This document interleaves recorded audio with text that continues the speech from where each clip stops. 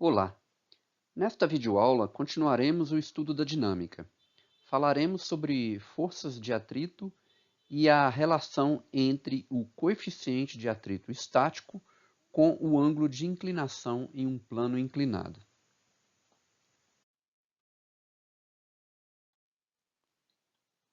Introdução à força de atrito. As forças de atrito inevitavelmente fazem parte do nosso cotidiano.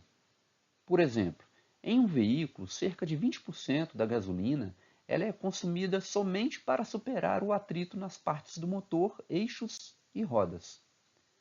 Quando caminhamos, é a força de atrito que nos impulsiona para frente ou permite-nos parar.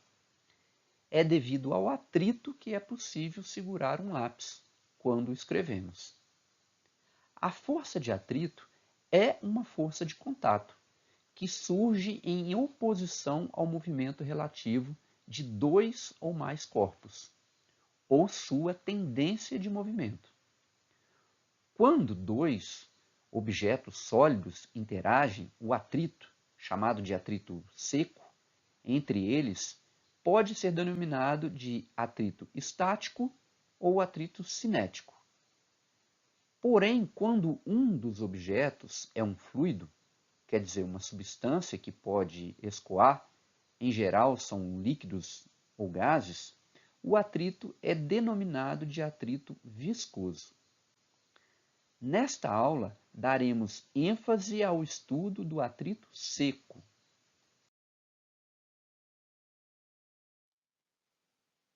Experiência 1. Caixa versus força aplicada.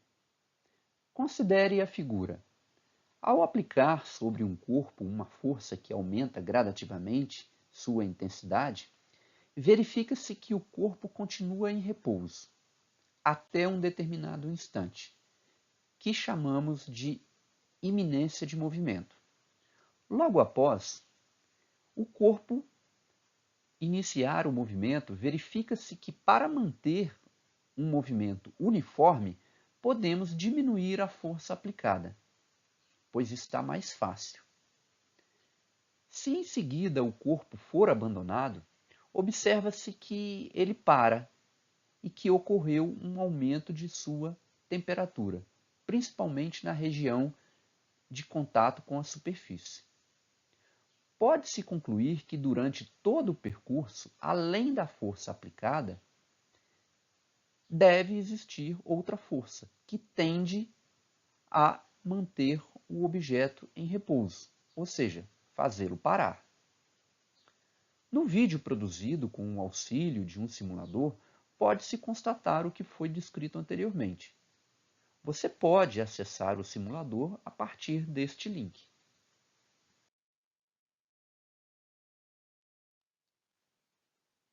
Atrito estático.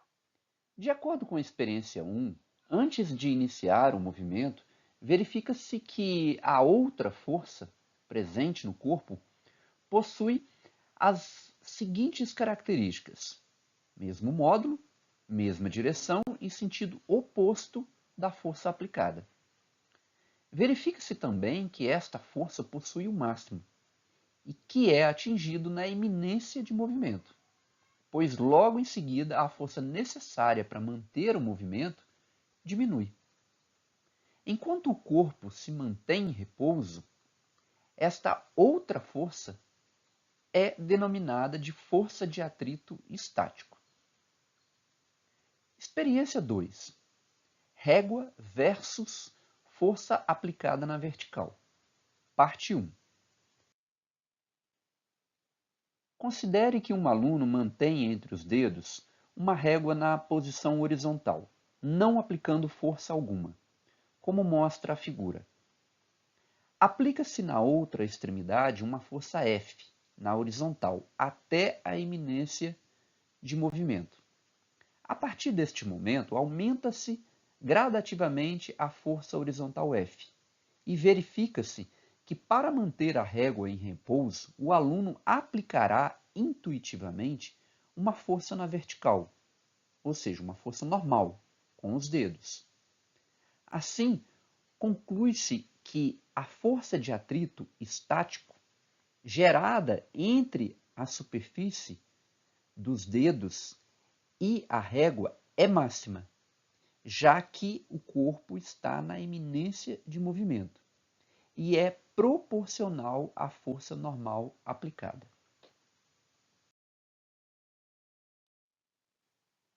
Parte 2. Em outro instante, aplica-se pasta de dente entre as superfícies de contato dos dedos do aluno e da régua, diminuindo-se o atrito entre os objetos. Repete-se o procedimento da parte 1, mantendo-se a mesma intensidade da força horizontal aplicada. E, novamente, para manter a régua em repouso, o aluno aplicará uma força na vertical, com os dedos.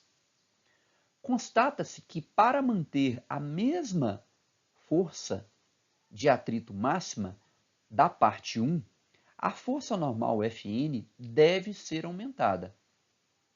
Mas, como já verificado na parte 1, a força de atrito estático máxima é proporcional à força normal.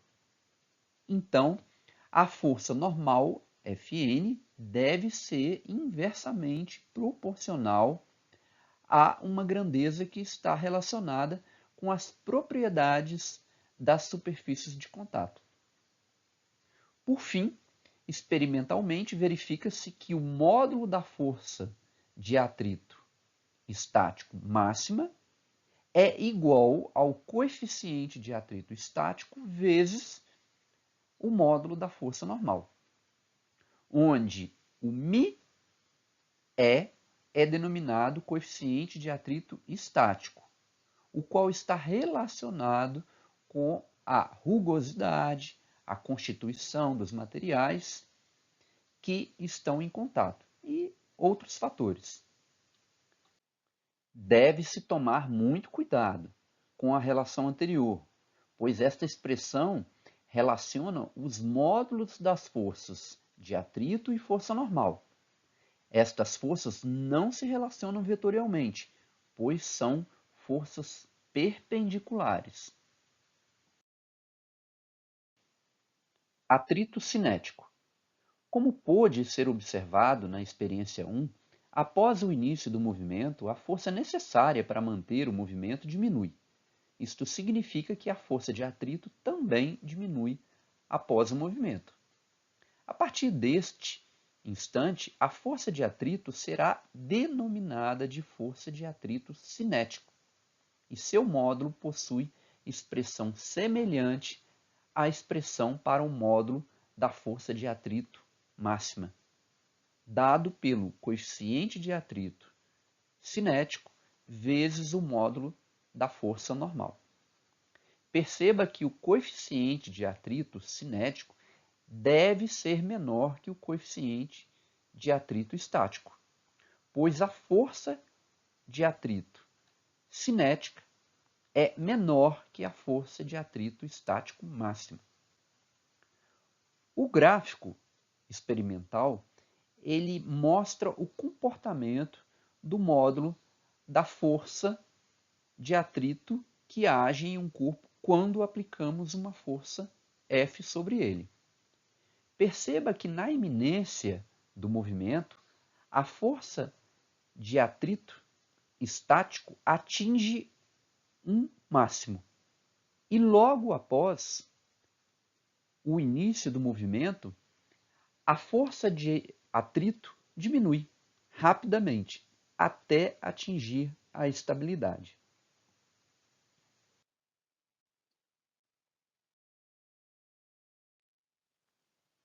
A força de atrito cinética é uma força do tipo dissipativa, como pode ser verificado pela experiência 1, pois a maior parte da energia cinética, ou seja, a energia relacionada ao movimento do corpo, foi transformada em calor, provocando o aquecimento do corpo. Plano inclinado. Coeficiente de atrito estático. Ao lado, temos um plano inclinado, onde foram representadas as forças de atrito, peso e normal. A partir do referencial adotado, e considerando que o corpo está na iminência de movimento, teremos que a força de atrito estático máxima mais a componente do peso ao longo do eixo x é igual a zero. Isto implica que o módulo da força de atrito estático máxima menos o módulo da componente da força-peso no eixo x é igual a zero. Porém, o módulo da força de atrito estático máxima é igual ao coeficiente de atrito estático vezes o módulo da força normal. E o módulo de Px é igual ao módulo da força-peso vezes o seno do ângulo θ. Mas o módulo da força normal é igual ao módulo de Py, já que não há movimento ao longo do eixo y. Porém, Py é igual a P vezes cosseno de θ. Ou seja, μ estático vezes P vezes cosseno de θ é igual a P vezes o seno de θ. Isolando o coeficiente de atrito estático, teremos que o coeficiente de atrito estático é igual a P vezes o seno de θ, dividido por P vezes o cosseno de θ. Simplificando a expressão, teremos então que o coeficiente de atrito estático pode ser determinado pelo seno dividido pelo cosseno, ou seja, pela tangente do ângulo θ, que é o ângulo de inclinação do plano inclinado, na eminência de movimento. Perceba que o coeficiente de atrito não tem unidade, ou seja, ele é adimensional, já que tangente de θ não tem unidade.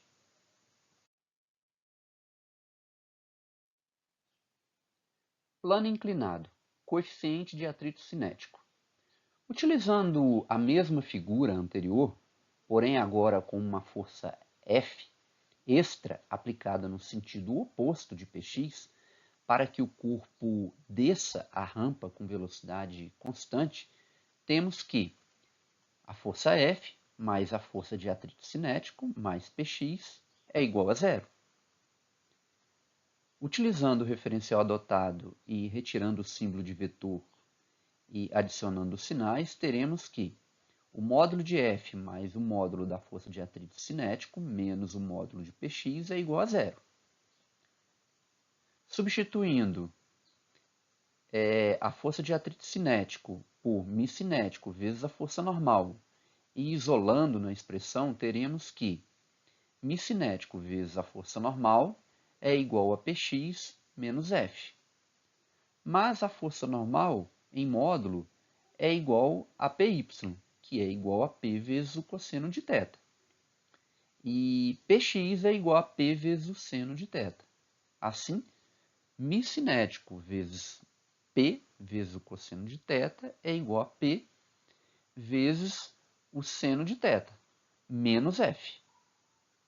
Isolando o μ cinético, teremos então que o μ cinético é igual a P vezes o seno de θ sobre P vezes o cosseno de θ, menos F dividido por P vezes o cosseno de θ. Porém, se o ângulo θ for aproximadamente igual ao ângulo de inclinação do plano, na iminência do movimento, μ estático será igual ao seno de θ sobre o cosseno de θ. Portanto, o μ cinético é igual ao μ estático menos F sobre a massa vezes a gravidade vezes o cosseno de θ. Esta relação mostra que o coeficiente de atrito cinético é menor que o coeficiente de atrito estático, o que já era de se esperar. A tabela ao lado mostra valores de coeficientes de atrito estático e cinético para os diversos materiais em contato. Não é necessário decorar estes valores.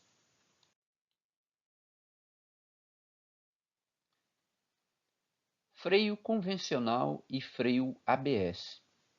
Um veículo que possui um freio denominado de ABS Anti-Locking Braking System, possui um dispositivo que, mesmo que pisássemos no freio bruscamente, ele liberaria a pressão nos freios, impedindo que a roda pare de girar bruscamente, não permitindo o escorregamento dos pneus, ou seja, o atrito estático.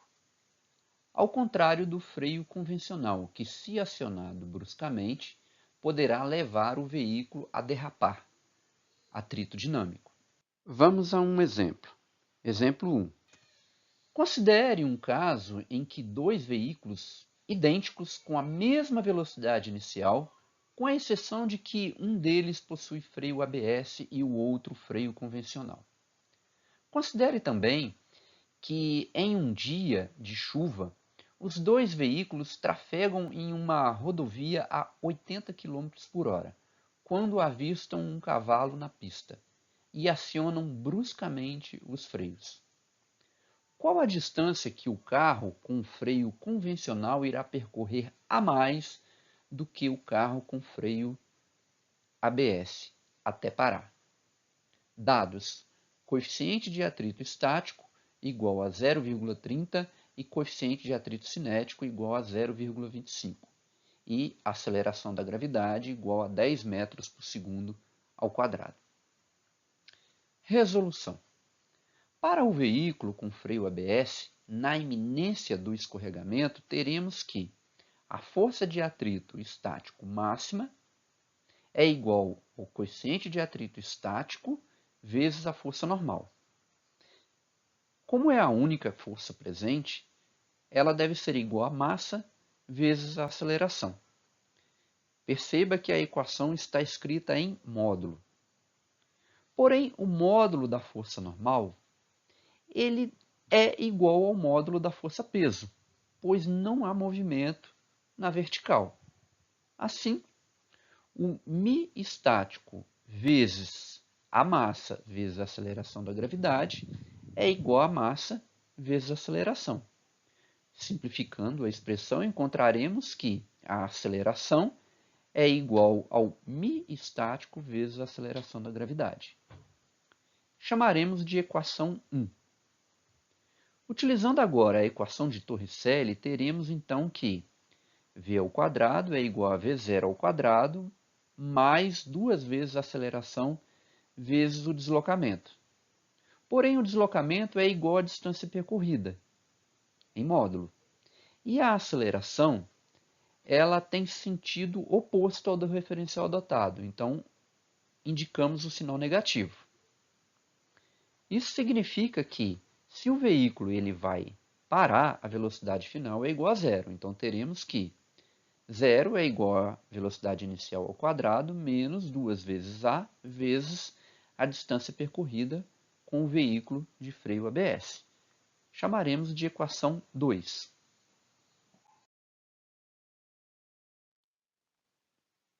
Substituindo a equação 1 na equação 2, teremos que a distância percorrida pelo veículo com freio ABS é igual à velocidade inicial ao quadrado, dividido por duas vezes o coeficiente de atrito estático vezes a aceleração da gravidade.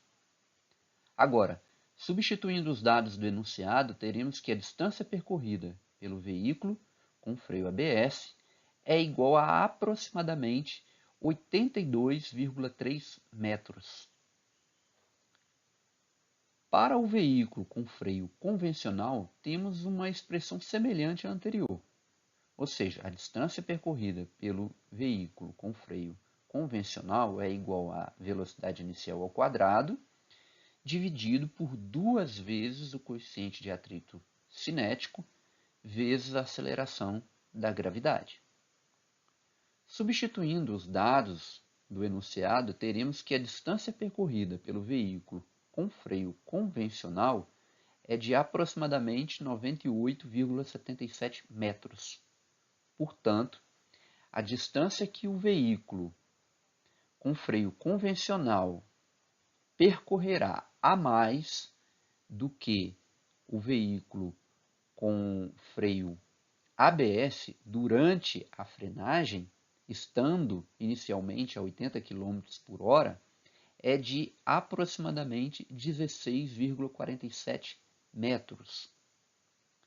Veja, se o veículo com freio convencional colidisse com um cavalo no local onde o veículo com freio ABS pararia, a colisão ocorreria com uma velocidade de aproximadamente 35,8 km por hora. Sendo o coeficiente de atrito estático maior do que o coeficiente de atrito cinético, pode-se verificar que o veículo com freio ABS percorre uma distância menor que o veículo com freio convencional, permitindo uma maior segurança para o condutor do veículo.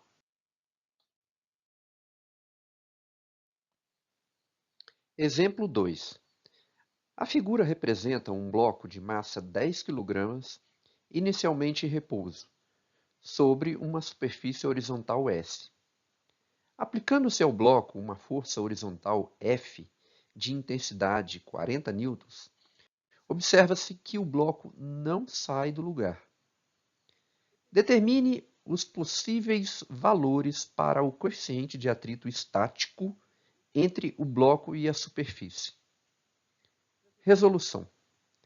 Adotando o referencial e representando as forças que atuam no bloco, podemos aplicar a segunda lei de Newton em cada eixo separadamente. Aplicando a segunda lei de Newton na horizontal, temos que a soma das forças que agem no eixo x é igual à massa vezes a aceleração no eixo x.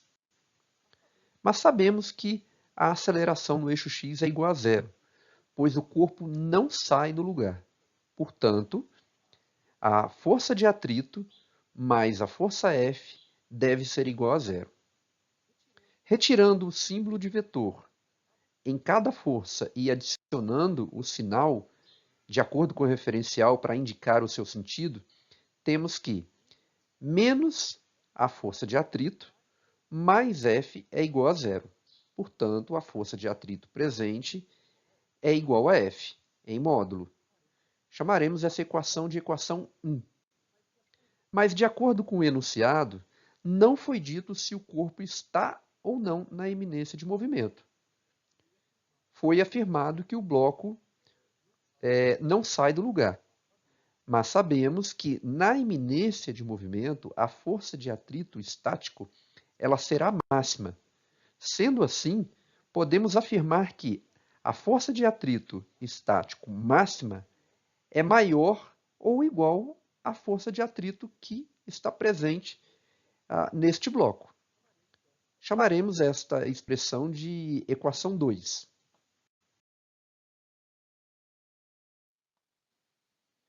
Substituindo a equação 1 na equação 2, temos que a força de atrito máxima será maior ou igual a F.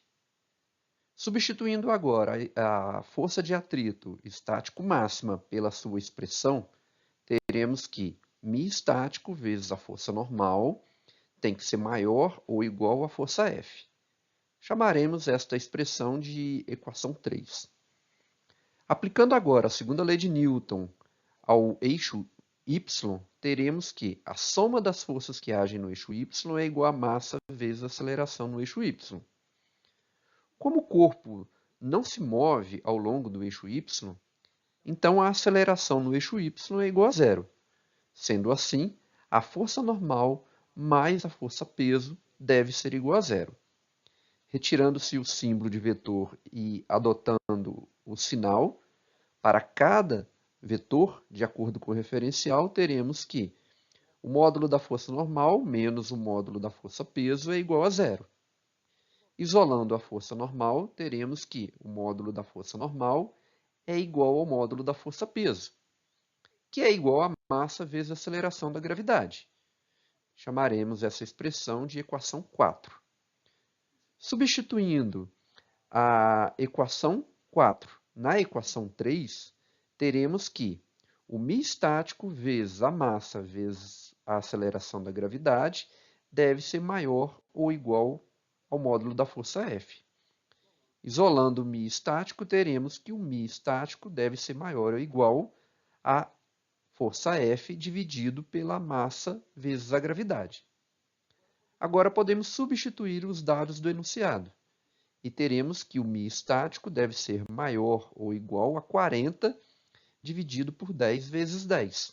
Portanto, o μ estático deve ser maior ou igual a 0,4.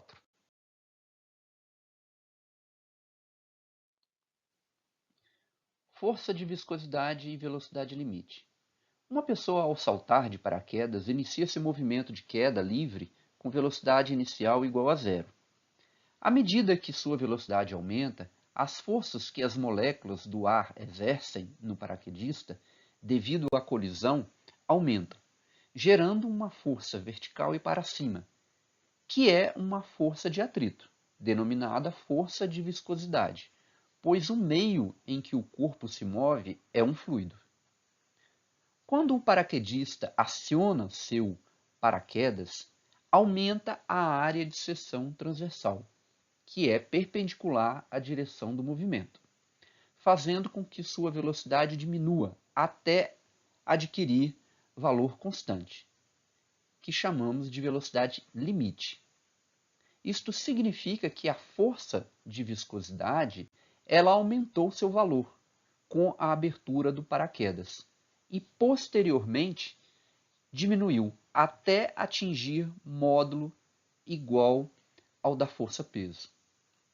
Experimentos demonstram que para corpos com velocidades usuais, a força de viscosidade é dada por meio de C vezes ρ vezes A vezes V elevado a N, onde o N é igual a 1 para velocidades baixas, geralmente inferiores a 1 metro por segundo, e N igual a 2 para velocidades mais altas. Ρ é a densidade do meio, A é a área de secção reta efetiva do corpo, que é considerada perpendicular à velocidade v, e C é o coeficiente de viscosidade. Exemplo 3. Um esquiador aéreo, cuja massa é 80 kg, salta de um avião. A força de resistência do ar sobre o esquiador é dada por 0,25 vezes v ao quadrado, no sistema internacional. Calcule a velocidade limite atingida pelo esquiador. Resolução. Como já mencionado, a velocidade limite ela é atingida quando o módulo da força de atrito passa a ser igual ao módulo da força-peso. Portanto, 0,25 vezes a velocidade limite ao quadrado é igual a massa vezes a aceleração da gravidade. Portanto, a velocidade limite é igual a raiz quadrada da massa vezes a gravidade dividido por 0,25. Substituindo os dados do enunciado, teremos que a velocidade limite é igual a raiz quadrada de 80 vezes 10 dividido por 0,25. Portanto, a velocidade limite é de aproximadamente 56,6 metros por segundo ou 203,6 km por hora. Neste momento, encerramos mais uma aula de física. Bons estudos e até a próxima!